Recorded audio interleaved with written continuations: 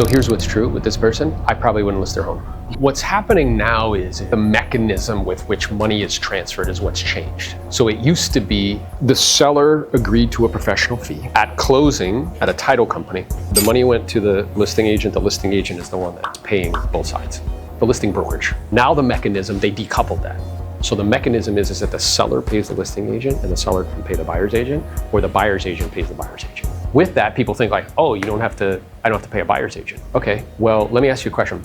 If there were 10 homes on the market for sale, you're a buyer. 7 of them are offering to compensate your agent. 3 are offering no compensation, so you would have to compensate your agent. As a buyer, which properties would you instruct your agent to show you first? And why is that? Well, I don't want to have to compensate the agent. Okay, don't you think most buyers feel pretty similar to you? So just by you saying that, it sounds like you're beginning to realize what we offer out to another agent is an actual tool that we use to market the home. Because if we want to net the most, are we going to accomplish that if we make the exposure broad or if we limit it? Broad, you do want to net the most, don't you? Yeah, so does it seem like the strategy of offering out nothing would serve you and your family? And you're gonna be like, well, no. Like, okay, and then we just proceed. So this is the, like, again, you have a lot of business like background. You just need to learn the specialized knowledge of these conversations, the specialized knowledge of that process when you set the appointment to pre-qual, what to send, what to say when you show up. And then the next thing you have to learn is how to get price reductions. What percentage of people's net worth is tied up into their house? The majority. What do they want to do with the price when you list it?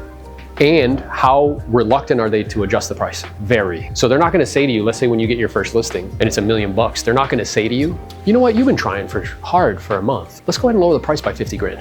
You think that's what they do? So that's that's actually a presentation. So it's learning that. When I started selling real estate in 2006, marketplace was crazy. 2008, fell out. I was getting 10 price reductions a month just to sell property. So I'd have 20 listings. I'd have to reduce the price to 10 of them just to get it to move. There's ways I can push back politely. So if somebody says like, hey, I want to start here, it's like, yeah, we can do that. I want to be clear, you're the boss. My job's to help you, it's never to talk you into doing anything. You know what's funny is when I said you're the boss, I felt both of you guys be like, yeah, I am the boss. Because that's how we all feel. We're all the heroes in our own story. You're the boss. So can I share with you what would concern me for you and your family if you chose that approach? Notice, if I share what would concern me, you don't care. But if I say, hey, can I share with you what would concern me for you and your family? Now you're paying attention. You and your family and how much you end up getting. Now you're like, hey, what are you talking about? One of the first questions that buyers ask me when they come inside of a property is how many days has this been on the market? Why do you think they ask me that? So there's a perceived value that's tied to time. Let me ask you a question. Do you think that perceived value that's tied to time, do you think it goes down or does it go up? It goes down. So our ability to net the most possible for you actually is when we initially hit the market. Because as time progresses, people start thinking something's wrong and we see offers come in less and less. Okay. Does that make sense to you? But I still want to give it a chance at the high price. Yeah, which I respect. And again, it's totally an option. So here's my question to you. Let's say that we see within 2 weeks that the marketplace isn't responding favorably. I guess the question is though, would you be open to making an adjustment? Just so I'm clear, is it an option for you to not sell the home and still move?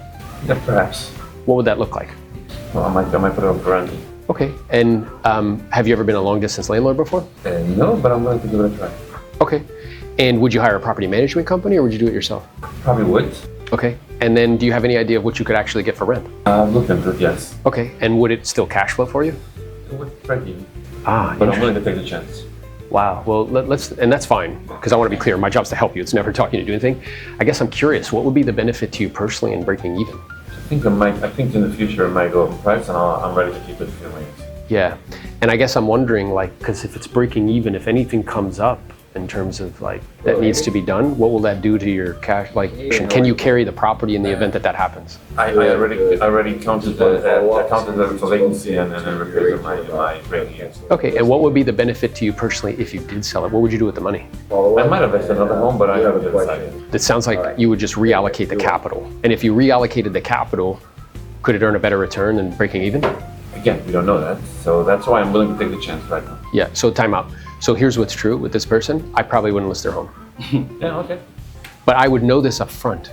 Does that make sense? Yeah, absolutely. Because I would ask this in pre-qual. So you're like, oh, I don't know. And if somebody doesn't know, okay, so here's my experience. The more motivated, they know they're easy to work with. Those that aren't, that are like this, it's interesting because I'm imagining you as a person, you're probably like analytical by nature, yes? So you're presenting analytical questions. That individual, they need to see all the data and information before they make decisions. But I need to be clear on motivation. And you notice the moment that you start to push back, that's where I'm going. Because motivation fixes what? price. So that's why I'm going right there. I'm not going to get into this debate with you about like whether it's going to go up or not or down or whatever. You know what I mean? Instead, I'm going to be like, hey, how would your life improve if you sold it? I'm wondering, have you ever been a long distance landlord before? Does that concern you at all? With what's happening in Florida with like, if it's breaking even, I mean, the insurance rates are out of control. If that goes up next year, would it mean that you would negative cash flow? How long are you prepared to negative cash flow for? And if you did sell it, could you reallocate the capital and put it into something that has a better return? If you're moving to be closer to your family, would you rather have an asset that's closer to your family? I would know that before. Does that make sense? Yeah. Now, I've taught this to people all across the country. Heath is one of the guys I taught it to. Last year he did 20 transactions, all probate. He was a part-time agent, full-time cop. Mark Ramey, he's one of the top agents in Orlando, regularly does 70 to 80 deals a year. 50% of his business is now probate after I taught it to him. Ilya, he was in that category of agents, 1 foot out of the business. He literally called me and said, hey bro, I'm gonna have to get a job. Put him on a probates, took 2 listings in a day. Now probate is something that he does on a regular basis. And he just bought a new car, which he probably should have done, but he did it.